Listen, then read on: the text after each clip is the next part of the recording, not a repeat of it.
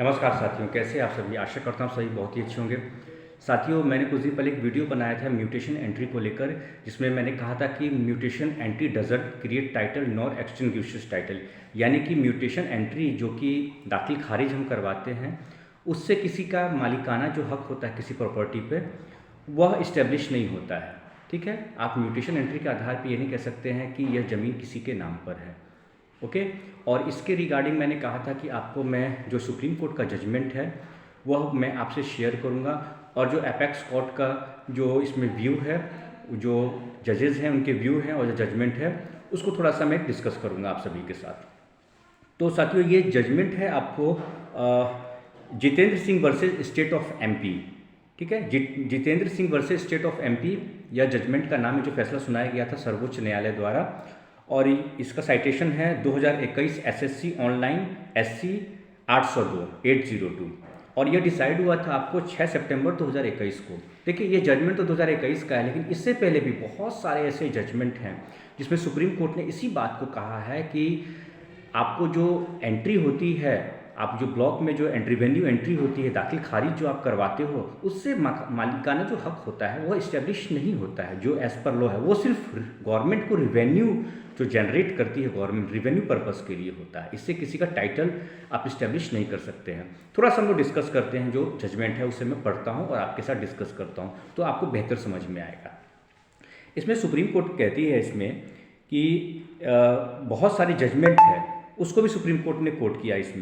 इसमें supreme court का कहना था, जो ऑब्जर्वेशन था, कि सुप्रीम कोर्ट कहती है observing the well settled position of law that mutation entry doesn't confer any title, any right or interest in favor of the person, and it is only recorded for the fiscal purpose।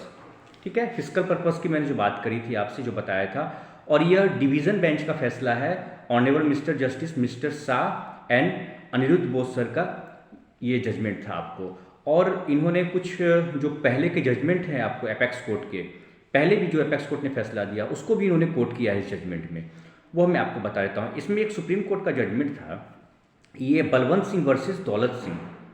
Balwant Singh versus Daulat Singh, ये आपको 97 का judgement है। इसमें court ने कहा था, court had considered the effect of mutation and observed that mutation of property in revenue record neither creates nor extinguishes title to the property nor has any presumptive value on title.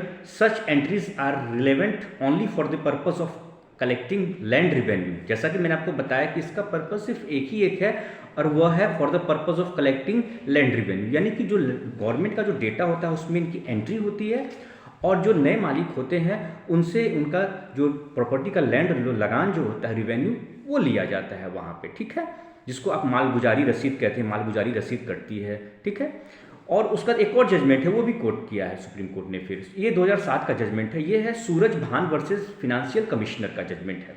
इसमें supreme court कहती है इसमें अपने, it was observe that an entry in revenue records does not confirm title on a person whose name appears in record of rights.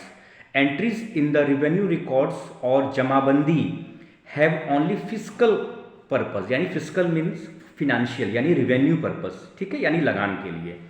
So far as the title of the property is concerned, it can only be decided by a competent civil court। अगर dispute है उसको लेकर तो आप फिर civil court में जा सकते हैं। ठीक है, लेकिन ये रिवेन्यू रिकॉर्ड के लिए होता है, सिर्फ जो दाखिल खारिज होता है, म्यूटेशन एंट्री होता है। ठीक है, तो ये सारी जजमेंट में साथियों यही समझ में आती है बातें। और जो सुप्रीम कोर्ट ने अभी लेटेस्ट जो भी अभी जजमेंट दिया, जितेंद्र सिंह वाले जजमेंट में भी सुप्रीम कोर्ट ने जो कहा है, यहाँ पे स्पष्ट कह दिया इस बात को कि साहब, यह जो म्यूटेशन एंट्री होती है रेवेन्यू रिकॉर्ड्स में, जो दाखिल खारिज होता है, उससे किसी का मालिकाना जो हक होता है वो इस्टेब्लिश नहीं होता है। वो सिर्फ एक सरकार को एक लगान वसूली का एक जो रिकॉर्ड होता है, एक रेवेन्यू रिकॉर्ड होता है, उसी के आधार पर सरकार लगान लेती है, और सिर्फ उसी पर्पस के लिए होता है। इससे किसी का टाइटल के बारे में कोई क्लैरिटी नहीं होती है। इसलिए सुप्रीम कोर्ट ने इस्टेब्लिश कर भी दिया है इस पर कि जो रिवेन्यू रिकॉर्ड होता है neither creates title nor extinguishes title. आशा करता हूँ साथियों ये वीडियो आप सभी को पसंद आया होगा, और इसी तरह की महत्वपूर्ण जानकारी के लिए आप मेरे यूट्यूब चैनल